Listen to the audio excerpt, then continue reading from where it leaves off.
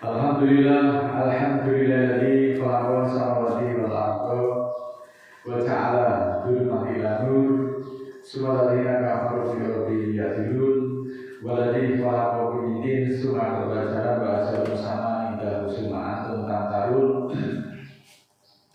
wallahu bisamawati wa bil ardi ya'lamu sirrakum wa jahrakum wa ya'lamu ma taksibun asyhadu an la ilaha illallah wahdahu la syarika lah innallaha Allahu la ilaha illa rabbul azim Allahu la ilaha illa huwa al-hayyul qayyum Allahu la ilaha illa huwa ar-rahmanur rahim Rabbi shrah li sadri wa yassir li amri wahlul 'uqdatam min lisani yafqahu qawli waj'alni waziran min amri. Muslimin muslimat yang dimuliakan Allah, marilah sebagai insan yang beragama kita senantiasa memanjatkan puji dan syukur kepada Allah Ta'ala atas rahmat, petunjuk, hidayah dan kesempatan yang masih diberikan kita pada saat ini, sehingga pada kesempatan yang berbahagia ini kita bisa dikumpulkan di dalam majelis yang mulia yang insya Allah nanti dirahmati oleh Allah. Saudaraku yang dimuliakan Allah, pada kesempatan ini saya akan menekankan atau akan membahas manusia dan hewan. Manusia dan hewan itu memiliki perbedaan utama, yaitu pada akal budi, kesadaran moral, dan kemampuan membahas berbahasa secara kompleks. Hewan itu bertindak terutama berdasarkan insting untuk bertahan hidup, sementara manusia itu mampu merenung, mampu menciptakan teknologi dan mengendalikan lingkungannya. Manusia mampu berpikir jernih, artinya bisa memahami konsep masa depan, tentang kematian dan moralitas. Hewan meskipun cerdas lebih berfokus pada respon terhadap stimulus langsung yang ada di lingkungannya. Manusia juga memiliki tanggung jawab atas etis, hukum, dan kemampuan berempati melintasi makhluk lainnya. Sedangkan perilaku hewan itu didorong oleh naluri untuk bertahan hidup dan perlindungan dari kelompoknya. Mari kita kupas semuanya itu melalui ayat-ayat Al-Quran agar kita mempunyai gambaran dan pemahaman yang sesuai yang dikehendaki oleh Allah. Dalam surat ke-95 ayat 4 dan 5, A'udzubillahi minasyaitonirrajim. Bismillahirrahmanirrahim.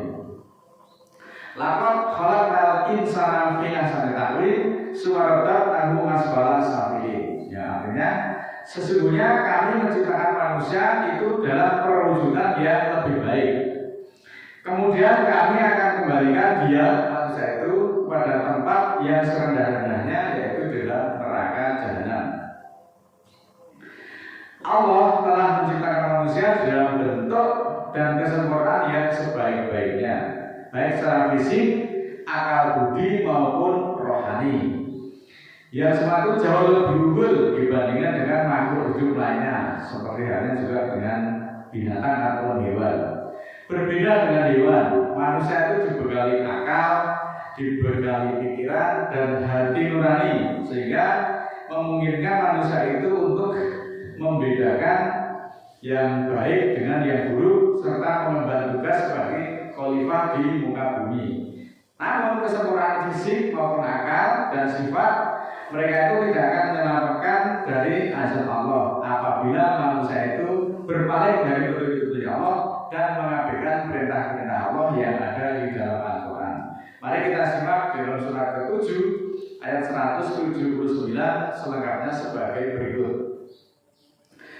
Walaqad darana li jahannama katsira minal jinni wal insi lahum qulubun la yafqahuna biha wa lahum a'yunun la yubsiruna biha wa lahum adhanun la yasma'una biha ulaika kal an'ami bal adallu wa ulaika humul ghafilun. Yang artinya, dan sesungguhnya kami jadikan untuk neraka jahanam itu isinya kebanyakan dari jin dan manusia semuanya. Mereka mempunyai hati tetapi tidak dipergunakan hati itu untuk memahami ayat-ayat Allah, dan mereka mempunyai mata tetapi tidak diberguna untuk melihat ayat-ayat Allah, dan mereka mempunyai telinga tetapi tidak diberguna untuk Mereka itu seperti binatang ternak, bahkan lebih sesat dari itu. Dan mereka itulah orang-orang yang lalai. Ini surat ke-7 ayat 179. Bahwa ayat ini menjelaskan Allah itu menjanjikan akan memenuhi jahanam itu semuanya itu dengan jin dan manusia semuanya. Arab tak kebalik kalau jahanam ini semua jin dan manusia kabeh, tidak ada pengecualinya.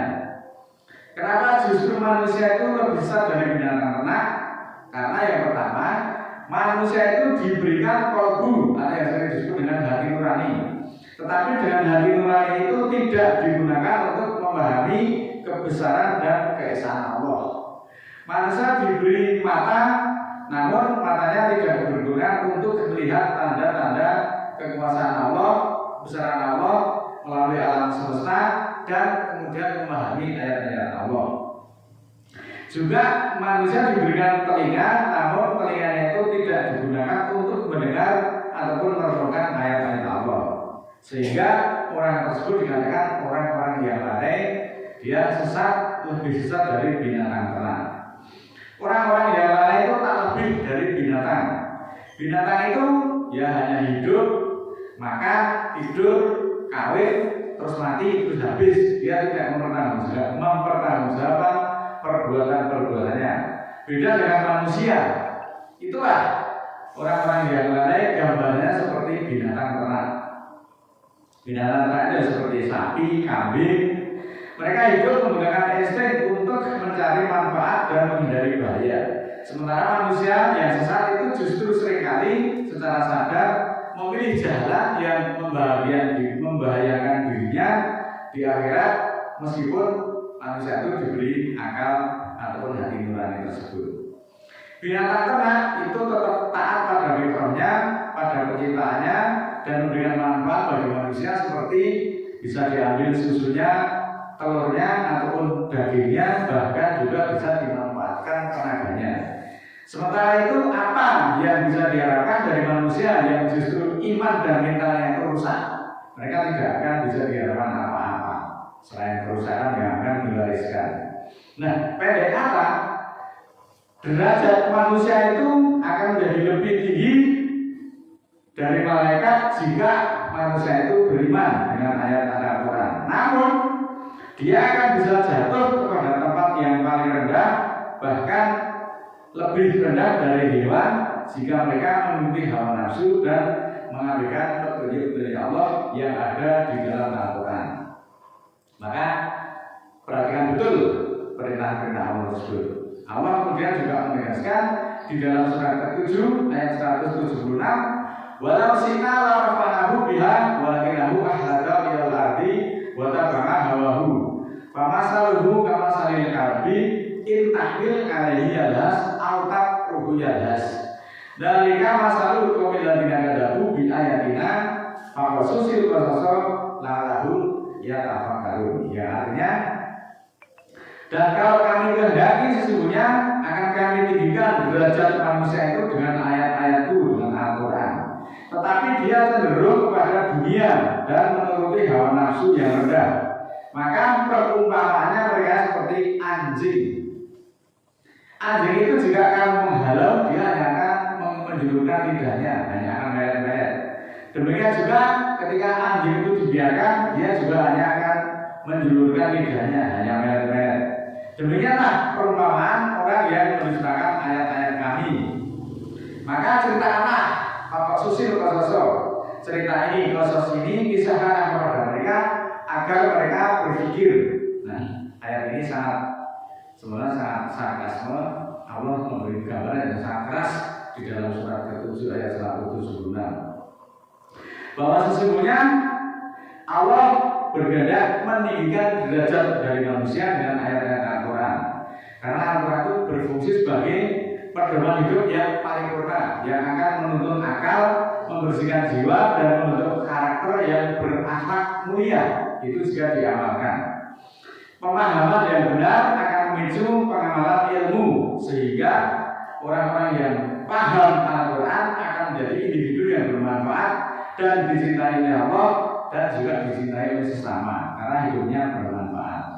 Sementara orang-orang yang berpaling dari petunjuk, orang-orang yang mendustakan Al-Quran, melalaikan perintah-perintah Allah, sama saja mereka mendegradasikan dirinya sebagai makhluk mulia menjadi binatang ternak, bahkan lebih dari binatang ternak seperti anjing dikatakan dalam surat ke-7 ayat 176.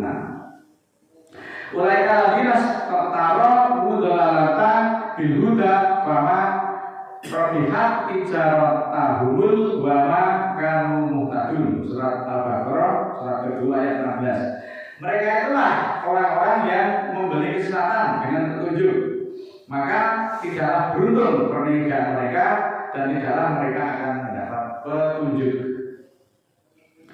Membeli kesesatan dengan petunjuk itu perumpamannya adalah bagi orang-orang yang menukarkan hidayah Allah, menukarkan petunjuk Allah, menukarkan ilmu Allah, kebenaran dan iman yang telah mereka ketahui dengan kesesatan atau dengan kekufuran. Mereka lebih memilih kenikmatan duniawi yang sesaat daripada keselamatan akhirat. Menjual ayat-ayat dengan nilai yang sedikit itu juga termasuk menukar petunjuk. Ayat-ayat Al-Quran yang mestinya harus disebarkan, tapi justru dibeku, didek, artinya tidak disampaikan. Mau menyampaikan itu jika ada upahnya, itu sama saja itu membeku Al-Quran. Kemudian meninggalkan sholat demi kerja untuk mencari uang secara mati-matian, itu juga namanya menukar petunjuk dengan kesesatan, dan itu termasuk orang yang menurunkan grade-nya dari manusia yang mulia, dari manusia yang derajatnya tinggi menjadi derajat yang lebih rendah dari binatang ternak. Tindakan seperti itu justru akan menyelesaikan masalah? Tidak. Justru kalian akan menderita kerugian yang besar di dunia maupun di akhirat akibat kalian dibelenggu dan lebih berat mengikuti hawa nafsu yang rendah, lebih berat mengikuti dunia daripada menegakkan syariat-syariat Allah. Allah akan membiarkanmu di dalam kesulitan dan kebingungan yang berkepanjangan. Dunia itu semakin kamu cari, justru kamu akan semakin dimudahkan di dalam setiap kesulitan. Ini janji Allah. Jadi jangan dikira kalau kita menguasai harta sebanyak-banyaknya hidup kita akan mudah. Ternyata tidak demikian. Melupakan harta, melupakan Allah demi harta, demi dunia, itu justru kita akan diberikan kesulitan. Surat ke-92 ayat 10. Fasa punya sirhul yusra, maka akan kami mudahkan dia untuk kesulitan. Ini ayatnya. Orang yang menjadikan dunia sebagai tujuan utamanya justru akan merasa hidupnya berat, selalu merasa kurang, dan urusannya akan menjadi berantakan. Semakin melupakan Allah, maka Allah akan membiarkan orang-orang tersebut terjerumus ke dalam kesengsaraan hidup di dunia maupun di akhirat nanti. Oleh karena itu, saudaraku, mari saya mengajak kepada diri saya, keluarga saya, dan juga teman-teman saya, mari kita kembali kepada jalan Al-Quran sebelum semuanya terlambat. Janganlah kita mendegradasikan diri kita, menurunkan derajat kita, menurunkan diri kita sebagai makhluk mulia kepada derajat yang paling rendah, yaitu di neraka, hanya karena kita tidak mampu menahan hawa nafsu dan kita justru mengikuti keserakahan. Oleh karena itu, jangankan dunia, jangankan hanya karena dunia, manusia rela menurunkan dirinya, menurunkan derajatnya sebagai makhluk mulia menjadi makhluk yang paling rendah karena kita tadi tidak mampu mengendalikan hawa nafsunya yang diikuti justru keserakahan mereka. Maka banyak ayat-ayat Al-Quran yang mengatakan awasilah, jangan ikuti keserakahan mereka. Kalau ada orang-orang serakah itu jangan didukung, jangan diikuti. Justru kita harus perangi, kita harus mencegah. Kalau tidak bisa dicegah ya berpaling, kalau tidak berpaling ya perangilah mereka. Itu perintahnya ada. Falaman nasuma dzukiru bihi fatahna alaihim abwaba kulli shay'in hatta idza fariqu bima utu akhadnahum baghtatan wa idahum mublisun. Surat ke-6 ayat 44. Ketika mereka melupakan Allah, apa yang diberikan dengan Allah dengannya, maka kami bukakan pintu-pintu atas setiap sesuatu hingga ketika mereka bergembira dengan apa yang diberikan itu, kami ambil mereka, kami siksa mereka secara tiba-tiba. Maka ketika itu mereka menjadi celaka. Ketika manusia itu melupakan Al-Quran, Allah itu justru menguji mereka dengan memberi kelapangan, memberikan kenikmatan yang banyak dan kekayaan yang berlimpah. Sehingga setelah mereka terlena, setelah mereka sombong, setelah mereka lupa, azab itu datang secara tiba-tiba, membuat mereka tidak bisa menghindar, mereka hanya bisa berputus asa. Apakah kejadian ini yang akan kita inginkan? Tentu sebagai orang yang menggunakan hati nurani tidak demikian hanya. Mari kita pertahankan dirimu sebagai makhluk yang mulia. Jangan turunkan derajatmu, jangan turunkan harga dirimu ke tempat yang rendah hanya karena tidak mampu menahan keserakahan dan kerakusan. Semoga Allah ridho atas apa yang kita perjuangkan dan senantiasa marilah kita bermohon agar kita dipimpin kepada siratal mustaqimnya Allah. A'udzubillahi minasyaitonir rajim. Bismillahirrahmanirrahim. Allahumma firri walil mu'minina wal mu'minat al-ahya'i minhum wal amwat innaka sami'un qaribun mujibud da'wat innaka 'ala kulli syai'in qadir. Rabbana la tu'akhidna in nasina aw akhtana. Rabbana wa la tahmil 'alaina isran kama hamaltahu 'alal ladzina min qablina. Rabbana wa la tuhammilna ma la taqata lana bihi wa'fu 'anna waghfir lana warhamna anta maulana fansurna 'alal qawmil kafirin. Rabbana ighfir lana dzunubana wa kaffir 'anna sayyi'atina wa tawaffana ma'al Rabbana la tuzigh qulubana ba'da idh hadaytana wa hab lana min ladunka rahmah innaka antal wahhab. Rabbana ighfir lana wa li ikhwanina alladziina sabaquna bil iman wa la taj'al fi qulubina ghillan lil ladziina amanu rabbana innaka ghafurur rahim. Rabbi auzi'ni an ashkura ni'mataka allati an'amta 'alayya wa 'ala walidayya wa an a'mala shalihatan tardahu wa aslih li fi dunyati inni tubtu ilaika wa inni minal muslimin. Subhana rabbika rabbil izzati amma yasifun wa salamun alal mursalin walhamdulillahi rabbil alamin.